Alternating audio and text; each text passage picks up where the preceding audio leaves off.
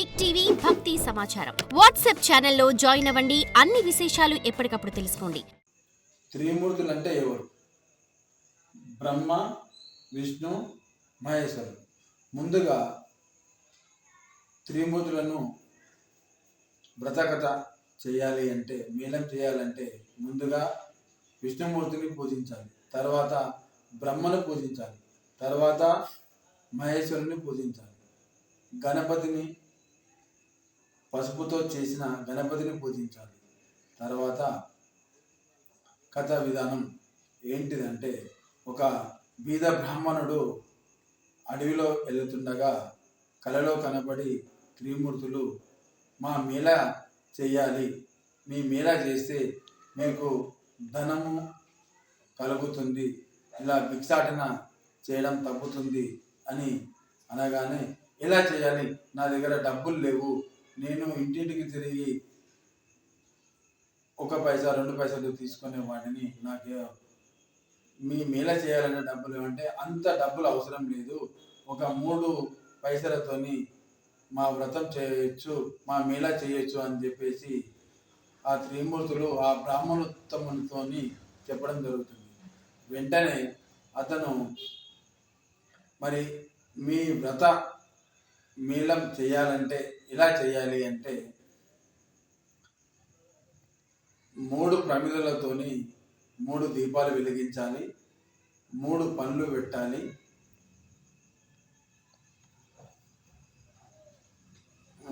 అగ్నిలో గంజాయి కొద్ది కొద్దిగా వేయాలి, వేసిన తర్వాత ధూపం ముట్టించాలి, కథ ప్రారంభించాలి అని చెప్పేసి అన్నారు.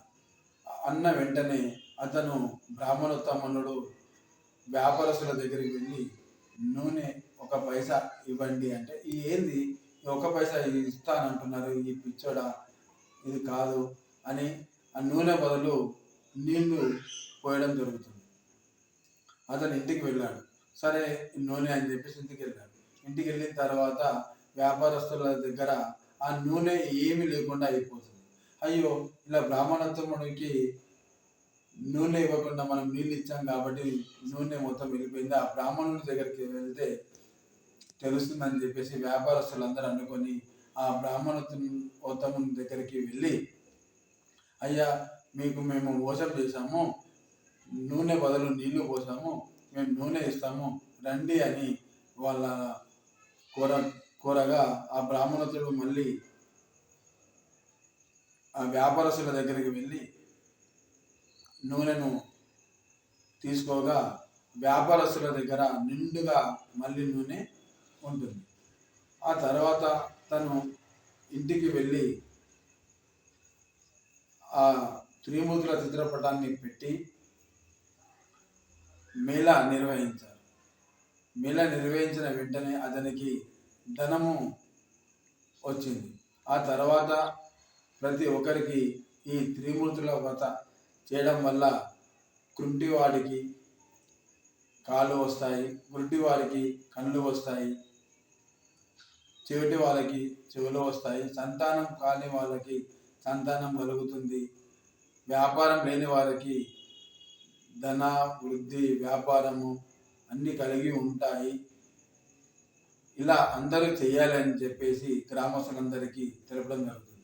అలా గ్రామస్తులు మేళ నిర్వహించగా రాజుకు తెలుస్తుంది, ఏంటి వీళ్ళు ఏమో వ్రతం చేస్తున్నారు, ఇది ఏంటిది అని చెప్పేసి మంత్రిని అడగగా, గ్రామస్తులు త్రిమూర్తుల మేళ చేస్తున్నారు, అందుకే రావట్లేదు అని చెప్పేసి అంటే, వెళ్దాంపా అని చెప్పేసి ఆ బ్రాహ్మణోత్తరం దగ్గరికి వెళ్ళి అతను మేళ నిర్వహించగా ఆ మేళను కాలుతో తంతాడు ఆ గ్రామంలో ఉన్న రాజు.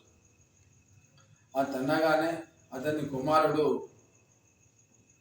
చనిపోతాడు.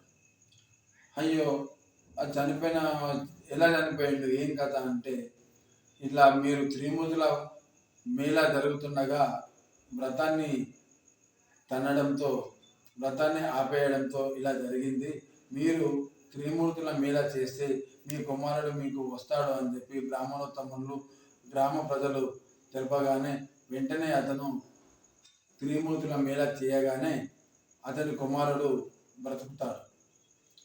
అప్పటి నుంచి ఇప్పటి వరకు కూడా ప్రతి ఒక్కరూ కార్తీక మాసంలో ఆదివారం రోజున ఈ త్రిమూర్తుల వ్రత నిర్వహించుకుంటూ ఉంటారు. For more videos like this, subscribe Big TV channel.